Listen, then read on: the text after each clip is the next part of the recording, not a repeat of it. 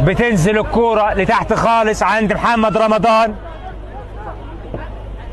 يعني المركز الإعلامي لمركز شباب سمنود عامل طفرة، بيبثوا أو بينقلوا كل المباريات على الصفحة الرسمية لمركز الشباب في خدمة 5 نجوم ما بنشوفهاش في معظم الأندية في الأقسام الأعلى كمان من القسم الرابع.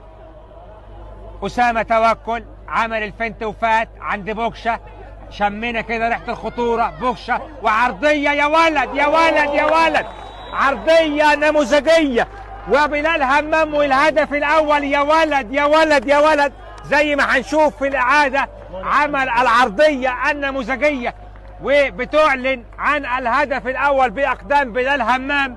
1 مركز شباب سمنود لا شيء نادي زفتة. قلت لكم إن صعب جدا مباراة زي دي تنتهي سلبية. يعني لما تحمله أو لما تضم تشكيلة الفريقين من نجوم هنا وهناك. 1 شباب